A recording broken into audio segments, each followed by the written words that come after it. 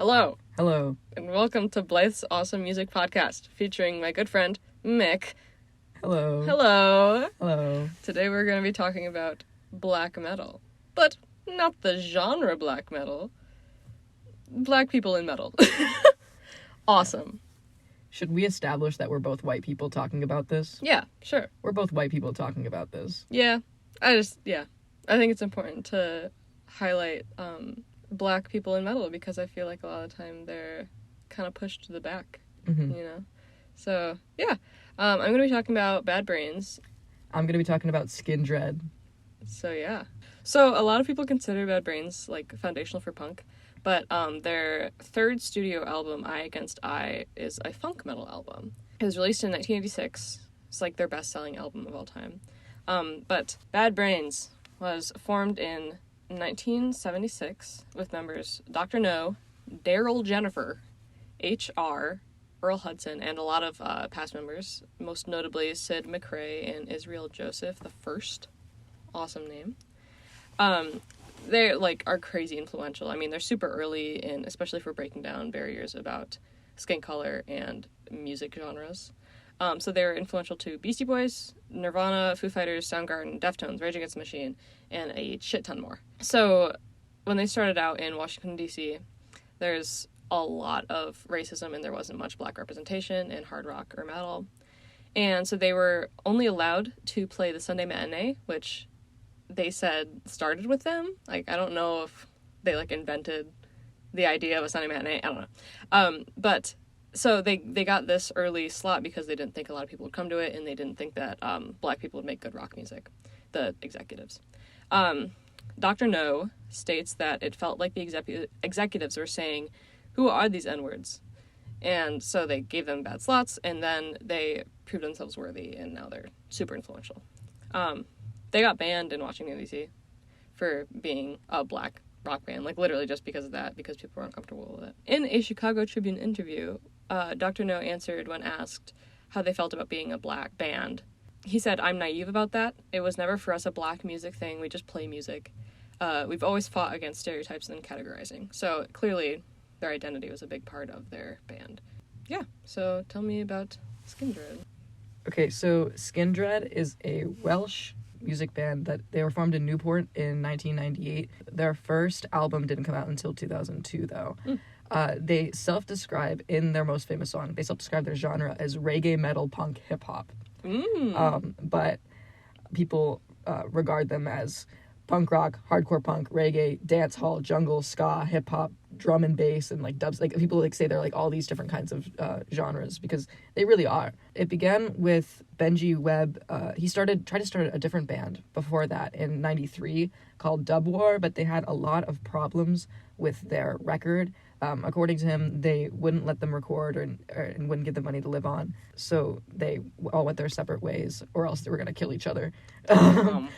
So that band broke up, and he started Skin Dread in 98. In 2002, they came out with Babylon with Webb, bassist Daniel Pugsley, and guitarist Mike Dimas, drummer Aria Goggin, because Webb wasn't able to put another project together with Dub War after that. The first real song in Babylon, there's an intro, but their first real song is Nobody, and it is their most famous song to this day. So the first song they really released is their most famous song to this day, which I think is really fun for them. Babylon charted number 1 on the billboards for top reggae albums, number 5 on top Heatseekers chart, and number 189 on the Billboard 200.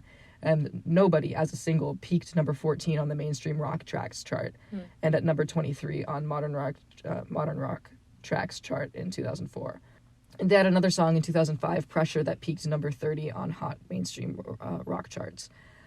But in 2006, Babylon charted again at number 1 on the top of reggae albums. So it just is it was a really influential album that just keeps coming back because it's so unique. A lot of the band members changed after 2002, and even before 2002. They had a guitarist leave, they had a drummer leave, they had a guitarist leave. So currently the band is Benji Webb, Daniel Pugsley, Mike Dimas, and Aria Goggin. So the ones from 2002 stayed. So I guess the band was formed in 98 but wasn't stabilized until So they 2002. just had, like, cycling members. They kind of did Yeah. for, like, the first 2 years. Yep. They won some cool awards. For the Kerrang Awards, they were nominated for Best Live Band but in 2010, but didn't win. But in 2011, they won the Kerrang Award for the Devotion Award. And in 2011, for the Metal Hammer Golden Gods Award, they won Best Live Band. So it's clear to say they give really cool live performances. Yeah. And we listened to the song... Nobody. We listened to their most famous one. Yeah. So I really liked the song. It was kind of nu metal-y in a way. It sounded like System of a Down, which we're big fans of. That's how, like, Spotify... I listened to a lot of System of a Down, and Spotify recommended them to me, I think, because of that. Yeah. The fans often overlap. It's really cool. Yeah, it's... And the lead singer speaks patois, which we just figured out. Yeah, he's... His parents, he's from Newport, but his parents are Jamaican immigrants. Yeah. So I guess he learned it from them. That's so cool. I love patois. I think it's really beautiful.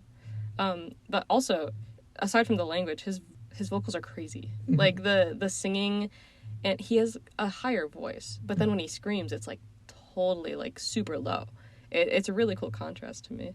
Yeah, I love how, like, he can just go from, like, the super, like, high-pitched patois line to this super deep scream within, like, the course of one sentence. It makes it so cool. And the instrumentals, like, backing it are just perfect. Yeah, super crazy electric guitar. Yeah. Like, insane.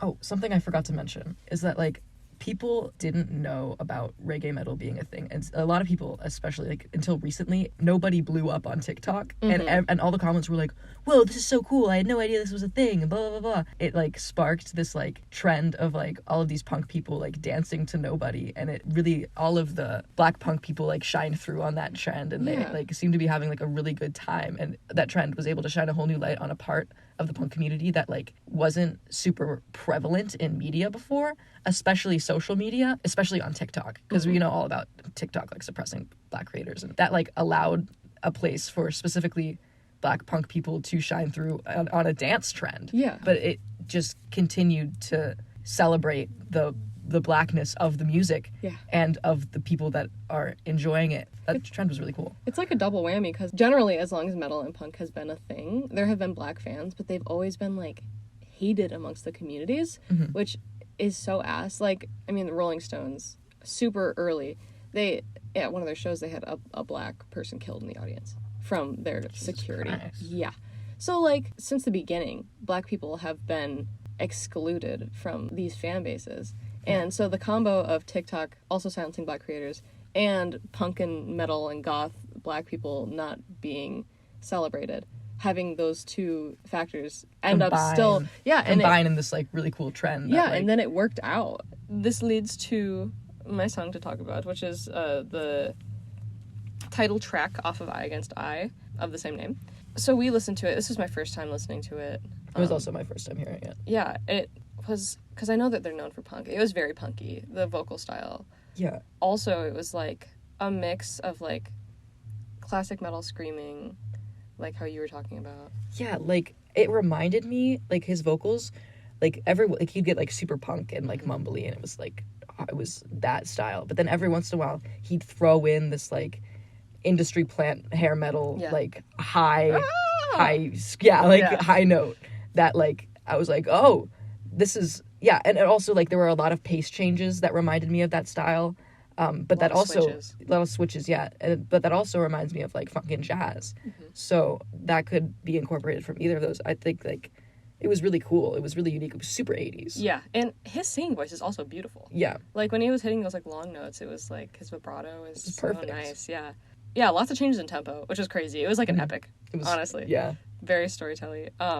The electric guitar in the back, even through all the switches, was very like chugging. It reminded me of like a train. It's like you know? Yeah. It was very, like, pace-oriented. Rhythmic. Yeah, rhythmic. Yeah. Super interesting. And especially knowing the context of it, that, like, this was something that no one was doing in their time. It's like watching a piece of history, I guess. And, like, the passion behind all the music they're making. Because they had to fight against all of this bullshit that everyone around them was putting on them. They had such cool energy in that video. Like... The singer was, like, jumping around. He jumped on the drums at one point for, like, a second. He was, like... It was really cool. It was very punk. Yeah. And, like, it's just really cool, the mesh of genres that they fucked with. And I mean, in interviews, they've just said that they just like making music. Yeah. They don't care about what genre it is. They just want to make music that they like. And you can really tell. It's really cool. Yeah, it's really cool. I could put that song in a playlist with so many, like, in so many different playlists.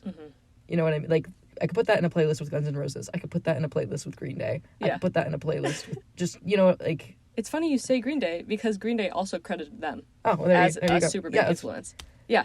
Like, I could put them in a playlist with Beastie Boys. I could put them in whatever fucking playlist. It's crazy. Yeah, it was really cool. The fact that they paved the way for so many artists. Like, they said Beastie Boys would have never switched from punk to hip-hop if it weren't for Bad Brains.